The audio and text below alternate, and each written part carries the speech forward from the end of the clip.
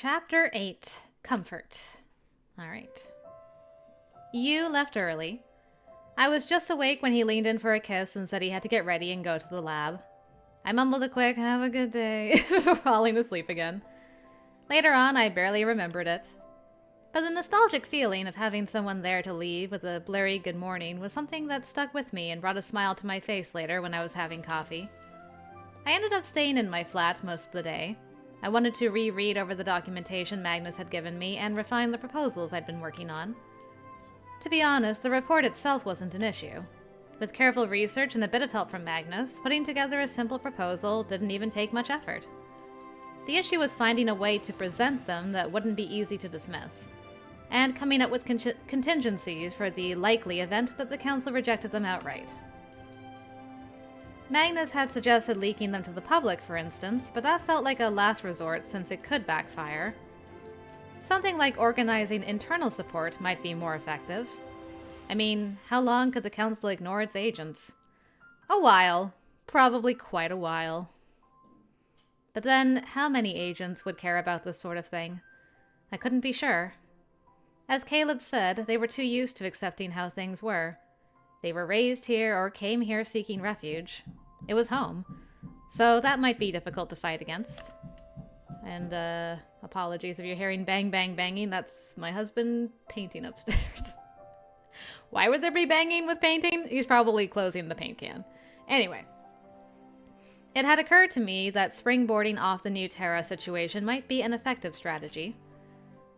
One of the points I'd made was that the rise in F-class Espers who go undetected would eventually lead to more situations like mine, and eventually it was going to cause problems.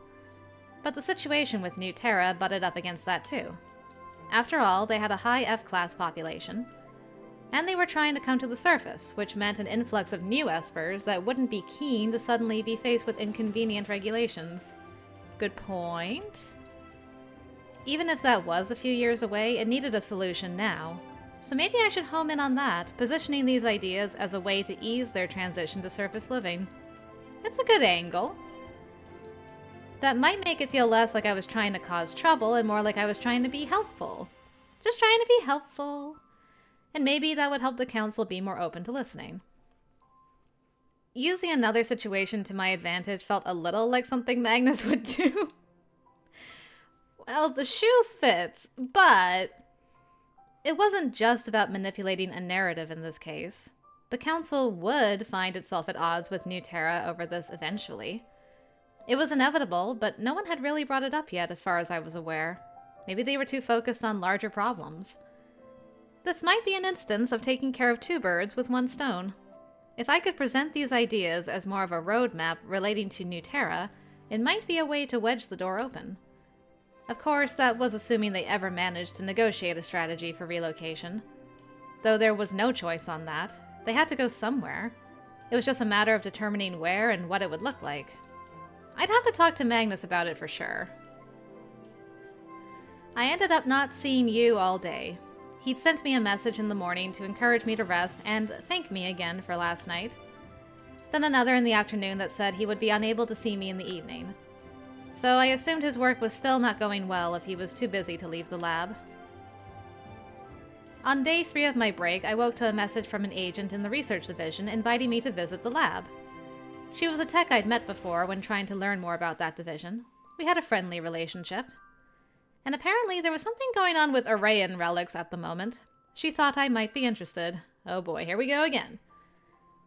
I was going to say no at first, stay in my flat and work on the report for Magnus, but something made me accept her offer. I wasn't sure why, just a feeling I would see something interesting if I went down there. Maybe it would be nice to get a little distance from everything else for a while. So I had my coffee and got dressed before heading down there. The labs had such a distinct atmosphere compared to the upper levels of Core Solaris. It was most likely my perception that was different. I didn't feel like I was stuck at Core Solaris when I was down here.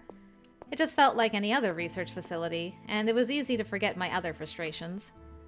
I didn't make it to the lab Ava had said she'd be in, though. I was met on the way there by another tech I had met before, Olsen. He was a rook, but a non-combatant who'd been assigned to the research area after graduating at the academy. Apparently, he also worked with relics sometimes. I assumed anyway, because that's what he was discussing with me as we went through the corridor. He said they'd come across some, and after Endgame confiscated them from an underground market, they'd been taken to the lab for cataloging.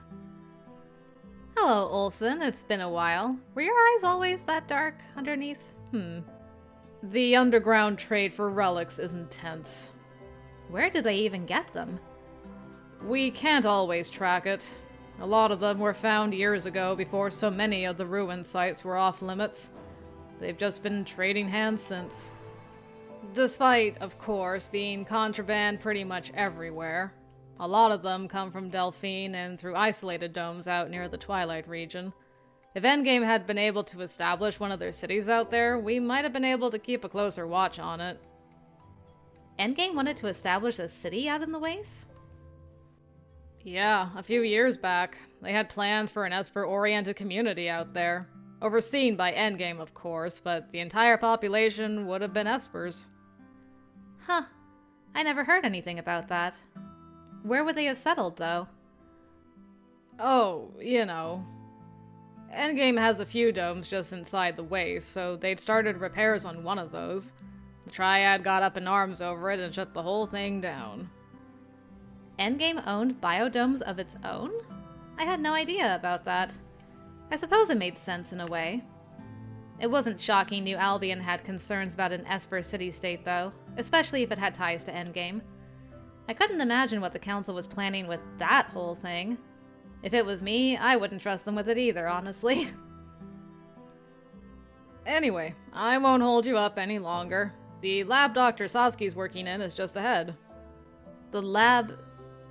What? Oh, are you not here to see him? I kind of assumed... The two of you are dating, right? For a moment, I wasn't sure what to say to that. You and I hadn't discussed telling anyone about our relationship. We also hadn't hidden it, but I thought only the people on the guard were aware of it. Girl, news travels fast in this organization. And I couldn't imagine them telling people down here in the lab, so how in the world? They're Espers, Morgan. They're all Espers. Out of curiosity, how did you know about that? Was I not supposed to? It's not that. I was just surprised it had spread so far, I guess. The Endgame rumor mill is formidable. I've heard. Things don't stay secret for long. Probably even more true down here where we have nothing else to talk about anyway. Olsen, you literally just got a new Arrayan relics. How can you say you have nothing to talk about? Relationships are more interesting? I doubt my relationship status is more interesting than confiscated alien technology. He shrugged and gave me a helpless smile. I wasn't here for him, but I guess I could stop in and say hello since I'm already here. Sorry, I guess I should have asked instead of just leading you straight here. No worries. I'm not exactly upset at the chance to say hi. We stopped in front of a closed lab door, and Olsen gestured at the controls. This is the medical lab area. You can just go in, and if you want to look around more later, just send me a note. I will, thanks. Change of plans, I guess. Maybe the universe was telling you to come here instead. I still wasn't complaining, though. Ooh, hello. This looks like that one lab background with Brennan, Rory, or something, kind of. I'm sure it's just a coincidence. The lab door slid open and I stepped inside, not wanting to interrupt if he was in the middle of something. But I was a little eager to see him in his natural habitat. But I was confronted with a nearly empty room. Aww. It's a very tired boy. And you, half lying on one of the tables, asleep, head buried in his arms. There was a scattered mess of displays and handheld scanners in front of him, so he'd clearly fallen asleep while working. He didn't stir when I entered. It wasn't quite the mental image I'd had. Oh, got it further away. Oh my goodness, he looks so, so slumped. That couldn't be a comfortable position, but I was willing to bet he hadn't slept all night, and this was a nap he greatly needed. There was a small cot set up close to him, an indication he was prepared to sleep here, but still fell asleep like that. I quietly went to it and picked up the coarse folded blanket, shaking it out. It was chilly in the lab, but it wasn't like I could move him. I mean, you probably could. If you, enhanced your strength enough, you probably could lift him up. This was the best I could do, though nothing would save his neck and shoulders from screaming at him when he woke up. But I'd been there. I laid the blanket on his shoulders without waking him before crouching down to study his sleeping face. The soft smile that came to my lips was almost involuntary. Every time I saw a new side of him, or an unexpected side, I couldn't help it. You looking so vulnerable and unguarded was new. Maybe that was why seeing a loved one asleep always stirred such tender protectiveness. You couldn't help but realize how desperately fragile we all were. I wanted to reach out, but made myself keep my hands away so as not to wake him. To my surprise, his eyes opened without warning anyway. I had never seen anyone shift from sleeping to full alertness that fast. Hello. Morgan. He said my name, voice still husky with sleep as he straightened and stretched the kinks out of his neck, wincing as he twisted it from side to side. That couldn't have been a comfortable position to sleep in. It is certainly not comfortable to wake up from. At some point, exhaustion levels make the sleeping position only marginally important to the body's ability to rest. But I suspect I've done my cervical spine few favors by falling asleep here. Long night? The night was the same length as always. I was merely awake for the majority of it. A pedantic response. I smirked at him, noting he immediately recognized that. He chuckled a little as well and rolled his stool backwards so he could stand and stretch. Perhaps. The blanket slipped from his shoulders, but he caught it before it hit the ground. I don't think he'd noticed it prior to that. Your addition. I thought you might be cold. How strange that you didn't wake me up to lecture me about sleeping here instead of merely covering me with this. A lecture is useless given who I'm talking to. You were obviously tired. Why would I wake you and be like, this is the perfect time to lecture you on where you should be sleeping? I assumed you didn't need a lecture from me. Especially not right after waking up. How unusual. After all, my staff are usually quick to lecture me when given the opportunity. Well, I'm not your staff, am I? And I believe a case could be made that you owe me several. I believe firmly in debt forgiveness. Besides, no one's sleep deprived because they enjoy it. Damn straight, girl. I assume you stayed up all night because you felt you had to, and fell asleep there because you were exhausted. Is a lecture even valuable in that situation? You're an experienced enough doctor to know the physiological impact of missing sleep, and of sleeping in strange positions. I shrugged. Lectures aren't always the best form of support. I should probably offer you a massage instead of a lecture, to be honest. Yu's smile softened a little, and he moved closer, pulling me into a quick hug. I appreciate your thoughtfulness. A massage sounds enticing, though I doubt you are a licensed massage therapist. I worry about your obsession with people being licensed in various fields. I found it's an entertaining method of teasing people. Or making them stop talking when they're being overly opinionated about subjects in which I have more knowledge and experience. Though the latter doesn't apply here. He released me and stretched again, wincing a little. So, to what do I owe this unexpected visit? Did you come down to the lab looking for me? I apologize for being out of pocket yesterday. You don't have to apologize for that, of course. And I didn't come here specifically to find you. I didn't realize you were working down here, but apparently rumor has got around that we're dating, so I was led to you. Ah, yes. I was aware that information was circulating. I admit, I'm unsure if I should be offended you weren't here looking for me. Probably not. I wouldn't have wanted to disturb your work under normal circumstances. Though, when given the opportunity, I couldn't pass up the chance to say hello. I'm sorry I woke you up, though. While it is important that I rest, I should be grateful you saved me from sleeping in that atrocious position. And I am grateful that you came to say hello. It is by no means an unwelcome disturbance. In fact, seeing you makes me desire to spend more time with you. Shall we meet in the lounge for dinner? I shouldn't allow myself to spend another evening in the lab. The lack of quality sleep is harming my productivity. Of course, anytime you want. I shall look forward to it. As we spoke, YUU rubbed his face and began to straighten the array of items strewn out on his workspace. It didn't look to me like he was straightening so much as rearranging them in an equally chaotic way, though. If you didn't come to the research division specifically to find me, what was your purpose? I was invited by an acquaintance to come gawk at some relics, and I needed a break from proposals and frustration at the council. I shouldn't be surprised you have been using your leave to focus on Magnus Ulrich's desire for a quiet revolution and his putting you at the forefront of it. That's something you do not have to do, Morgan.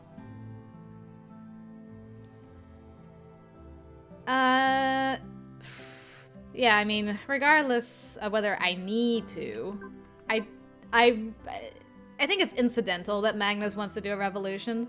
That wasn't really her intention. She was just kind of surprised that he agreed with her and was like, yo, by the way, I want to do this revolution. What do you think? We could work on it together. And she's like, I mean, this is an avenue that I hadn't considered that could accomplish what I want to do for myself. I think it's good that she makes the distinction to him. I'm not doing this for Magnus. I'm being selfish here. And if it, happens to benefit Magnus and other people in Endgame and outside of Endgame, that's kind of incidental. This is for myself, not Magnus. Magnus Ulrich is an opportunist, Morgan. He will take things he knows you want and use them to get what he wants. I know that. He as much as admitted it to me already anyway. It doesn't change that I was already prepared to fight for this before I spoke to him for the first time. You were prepared to fight for an exception. He is the one that convinced you to fight for a universal change. He convinced me that fighting for an exception was a bigger long shot than fighting for universal change. Something I decided I agree with, and really that I already knew. Though it's not something I would usually do, I don't have a problem trying to fight for a change that will benefit other people who need it.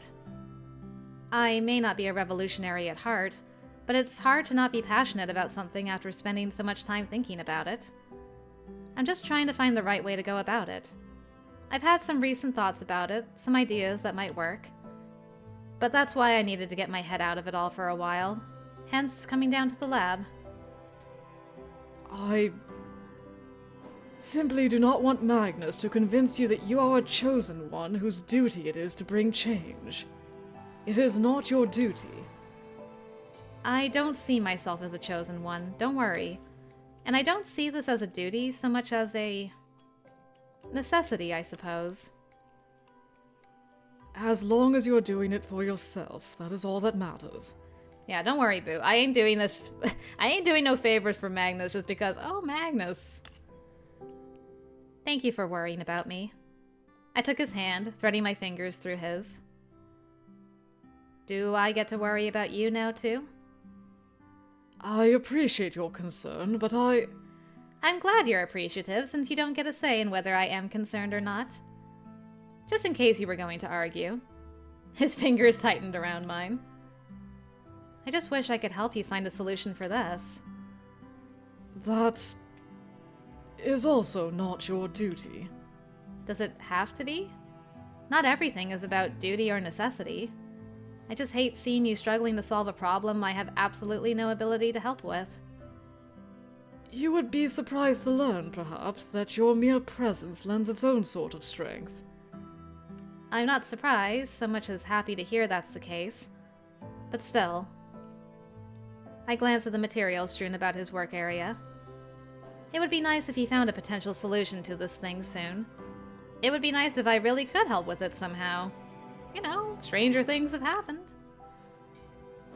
You're carrying a pretty heavy burden right now, too. This burden is a part of my job, and solving this problem is my responsibility by virtue of that. It's not comparable to the burden you've placed on your own shoulders. I know that. But I also know it's harder for you because of your connections there. Antrim is also a place you love. It's true that New Terra is a place near to my heart, but sometimes I fear I can change little about its future. In the past, I could do so little. Help from the shadows, perhaps. Now I have the opportunity to help more directly, but I fail to find any meaningful solutions. I set my hand on his arm and gave it a gentle squeeze as I moved closer. So much is relying on a treatment for this nanosurge situation. Talks with New Albion have been cut off. Oh no, it went bad. When did that happen? I learned of it this morning. I am not sure how, but they've caught wind of something amiss in Antrim. They've demanded to be briefed on the details. I wasn't aware of that. I'm sure they didn't tell you since you're on leave. Violence is certain to bubble up there again. If I could figure this out. I believe I shall request another visit to the station if it can be arranged to do so quietly. I need more samples in which to check on the patients there. Will you be going with the guard again? It's unlikely they will send more than a single bodyguard for something like this. I don't intend it to be a long visit, and I don't wish to attract attention. Certainly I don't believe they will send you again. But that will be tomorrow at the earliest. For today, I fear I should get back to work. All right, I'll get out of your hair then. Sorry to just drop by, whine at you, then leave. On the contrary, I feel I have whined more than you. But venting is not whining. There are many psychological benefits to healthy venting as a coping strategy, and I am happy to listen to you when needed. Especially as you are always happy to reciprocate. When I can get you to vent instead of insisting you don't discuss work outside of work hours. I shall endeavor to take advantage of the offer the next time I require a listening ear. But thank you for listening to me today, Morgan. Always. He reached for me, letting his fingers glide along my cheek briefly.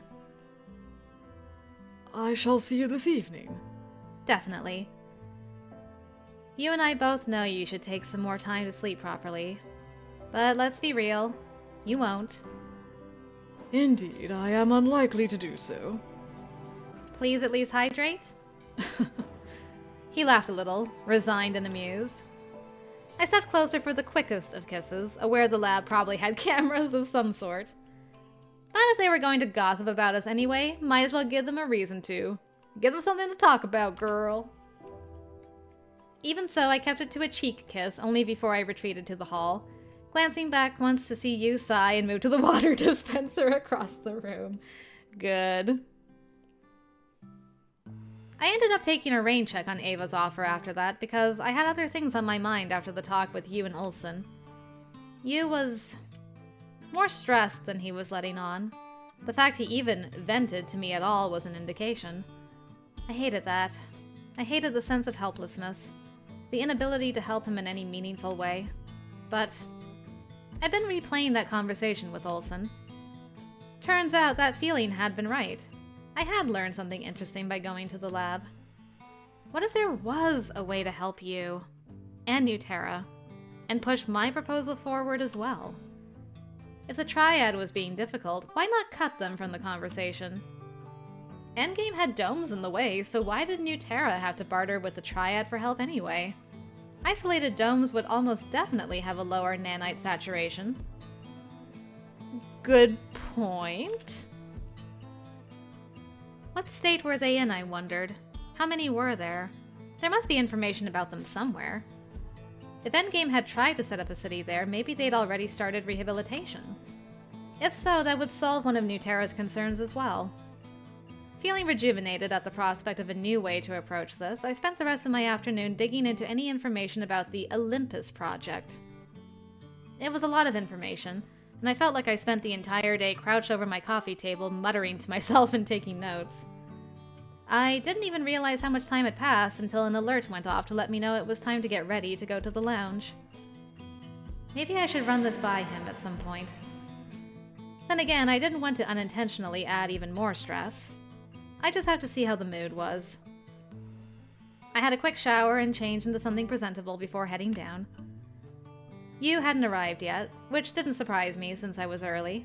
It was tempting to pull up the files I'd been reading and keep going, but I made myself start a cheerful note to Mum instead. Not mentioning anything that had happened lately, of course. It was difficult to hide things from her because she was always so good at figuring out when something was bothering me, but I distracted her with a hint I might be seeing someone, and she'd been trying to dig out more information. I was playing coy for now, though. Oh man, Mom's gonna be stewing like, who could it be? While I worked on that, Vaughn and Mara stopped by briefly to say hi. Of course they knew I was waiting for YUU, and Vaughn couldn't help but tease me about him leaving my flat the other morning. And make a remark about me sleeping with their little YUU. Vaughn? I was grateful Mara was there to rein her in. They left me alone to wait eventually, but YUU still hadn't arrived more than 15 minutes after he was supposed to, and I was certain he'd been wrapped up in work. I didn't know if I should send a message to check on him, though. I didn't want to seem impatient. And I also didn't want to interrupt him if he'd had a breakthrough of some kind. What I knew was that YUU wasn't the sort to stand up a date without a reason. Something was up. Good news, maybe? That would be amazing. But somehow I didn't feel that was the case, and, well, all things considered, I was going to go with my gut on this one, too. Another 10 minutes passed before I finally decided to send him a tentative note. I never got the chance, though. A message from him came through at last, asking if we could meet at my place instead of the lounge. It didn't sound elated or anything, but tired. I was instantly worried. Abandoning my table, I made my way back to my flat, hoping he was alright. On the way, I sent my door code to him so he could let himself in instead of waiting for me in the hall. When I arrived a few moments later, he was just inside, still taking off his shoes. Okay, good. I was hoping at least at some point he was going to break in. Because we heard so much about, like, he can just break into people's flats, no problem. So he's just like, I'm going in. He enveloped me in a hug before I could say anything, burying his face against me. Oh dear. I wonder what happened. My apologies. He muttered the words against my shoulder, but didn't move away. I wrapped my arms around him and let him stand there, clinging to me as long as he needed. I'm sorry. I shouldn't stop you in the door like this, but It's all right. I pulled away after several more minutes, stroking his cheek as I smiled at him. Better? He leaned his head into my hand, shutting his eyes. Somewhat. Want a cup of tea? Yes. Yes, I think that will be good. We moved further into the apartment, and I motioned him to the sofa as I went to go put water on. I apologize for shifting to meet here instead of the lounge. I was unable to leave the lab as early as I expected, and... It's all right. You don't have to apologize. You are allowed to be annoyed by it.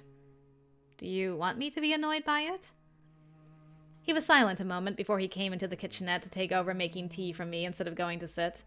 I let him, a little amused. I want you to be comfortable expressing annoyance, or any other emotion. So when I expect a frustrated response and don't receive it, I find myself...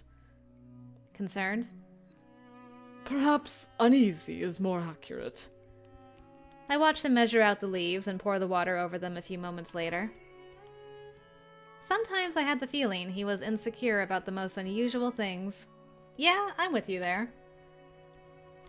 I'll be sure to let you know the moment I first get annoyed at you.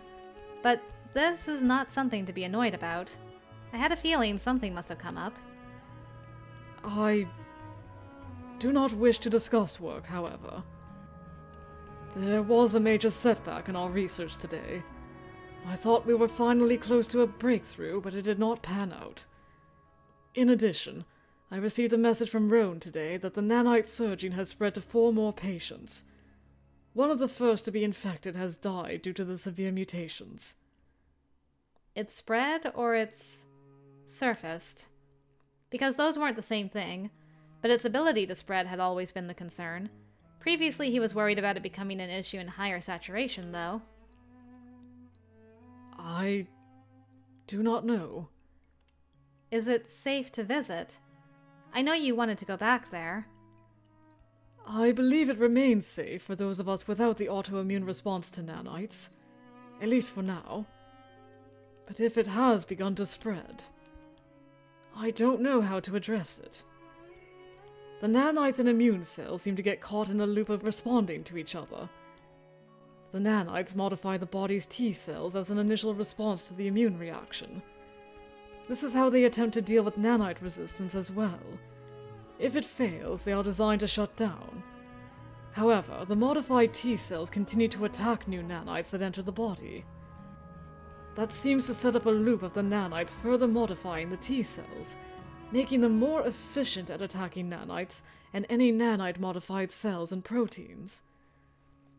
This loop seems to be what causes the nanites to eventually swarm. Even if we can deal with the initial nanite response, it's too difficult to maintain equilibrium with the modified T cells in the body. I set my hand on his, stopping his monologue, which seemed to be aimed more inward than at me anyway. But you will find a solution, now, later, incremental progress, or a single solution. You'll find it because you have to, and because you're the most competent person to do it. I gently cupped his face in my hands. I believe that no matter how hard it is, you'll figure it out. He covered my hands and shut his eyes, another sigh escaping him. I appreciate your faith in me, but I fear it may not be in time. The situation on New Terra is volatile, and further delays could have dire consequences. Endgame may feel it necessary to reveal the situation to the Triad, which could put an end to negotiations permanently. If that occurs, it'll have to be dealt with when it happens. Worrying about a potential situation won't change how fast you progress. In fact, the additional stress could hamper your progress. I know you are correct. I know. Thank you for being a voice of reason for me. I do not usually experience diminishing rationality even when tired or dealing with a high-stress situation, but I find that this time... It hits close to home. Indeed, it does. It's okay to be less rational outside of work hours. I won't tell anyone. I am grateful for your discretion. He finished with the tea, and we carried our cups to the sofa. For a while, we sat in silence as he leaned against me. I settled back into a corner and wrapped my arms around him. We didn't talk, just sat there in the quiet while I played with his hair. Aw. He seemed to derive a great deal of comfort from physical closeness, so I would just let him stay like this as long as possible, even if our tea went cold. Which it did. I watched the light fade outside and the city come to life before I realized YUU was asleep. When he'd last eaten, I didn't know, but it seemed like he was too tired to even think about that. He wasn't heavy, but this wouldn't be comfortable long term. Still, I let him stay like that longer, stroking his hair, twirling the faded strands around my fingers, until I felt myself dozing off and realized we should move before I fell asleep too. YUU. I spoke his name softly, but he jolted awake. Let's go to bed. You need to sleep in a bed tonight. He stared at me for a long time, eyes squinted, mind clearly not catching up to where he was or what was happening. I almost smiled. He finally let out a groan, letting his head drop to my shoulder again before he sat up, dragging his hands through his hair. Oh, you don't have to allow me to... I doubt you've had dinner, and I covered his lips with my fingers. If you're not hungry, we can just go to bed. I'm not that hungry either. I'll just have breakfast. The fact that I didn't get a lecture about my nutrition plan was probably another testament to how tired he was. All right. Yes, let's do that. He stood, and as I did so as well, he paused to look at me. His hand found mine. Morgan, I am glad you're here. I hope I'm not proving to be too focused on my own need for support at the moment. Of course not. Not at all. I'm still unsure if I should be relieved or concerned you are so accommodating this early in our relationship.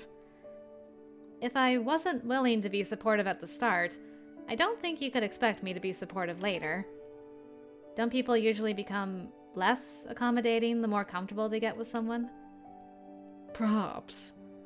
In that case, I suppose I will elect to be grateful. We fell asleep a while later, curled into one another, with his head nestled against my shoulder.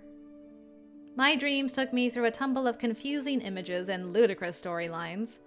I sometimes surfaced enough to realize they were dreams. The dream that woke me, though, I didn't realize even was one until I was waking with a powerful jolt, halfway sitting up and panting heavily. It faded straight away, a sense of dread still lodged in my heart. There had been screaming. Are you dreaming, or are you having, like, a cognition, girl? I thought there was something about Nutera. Something about falling to the planet.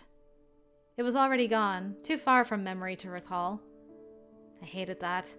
I hated the way nightmares slipped away before I could deconstruct them into something that rid me of that uncomfortable disquiet they always left behind. Nutera.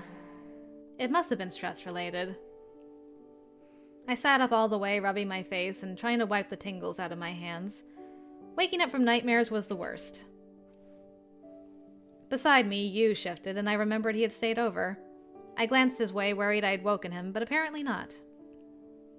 His face was adorably mashed into the pillow, and as the horror of the nightmare faded, I found myself smiling a little. Figuring I wouldn't get back to sleep for a while, and worried that if I did, I'd just fall back into the same dream, I slipped out of bed. YUU didn't stir, and I couldn't help but wonder if he'd slept at all for the last 40 hours. I knew rooks could push themselves way too hard. Doctors, too. It was a terrible combination. I decided to make tea instead of having water since I was too awake to go back to bed for a while. I was thinking about Nutera again. Magnus and I needed to talk. Tomorrow. As I watched the lights outside, I decided to give myself an hour before going back to bed. But it was about 45 minutes later when YUU appeared in the door, disheveled, shirtless, and looking quite alert from what I could see in the dark. Hello? Morgan. YUU, is everything okay? I believe that is my question for you. I just had a bad dream earlier and got up to decompress. Sometimes when I wake like this, I can't fall asleep again, so I find it easier to get up and work on something until I'm tired. If I need rest, Morgan, then so too do you. Your pillow had cooled to the ambient temperature, so I know you've been awake a while. This isn't fair. I distinctly recall not lecturing you about sleep earlier. It is not my job nor want to play fair. Rude. What are you working on that has kept you up for so long at this time of the AM? This time of the AM. That's a great way of asking that. Same thing I've been working on every spare minute for days on end now. As I thought. I believe it's time to put it to rest for a while and return to bed, yes? Fine, fine. I'm coming. I got up from the sofa and joined him across the room so we could retreat to bed together. Hopefully I wouldn't have another dream like that. I'd already sent in a meeting request for Magnus, so, with luck, he would find time for us to talk tomorrow. Lying comfortably with YUU again a short while later, I dropped off into what I assumed was dreamless sleep for the rest of the night.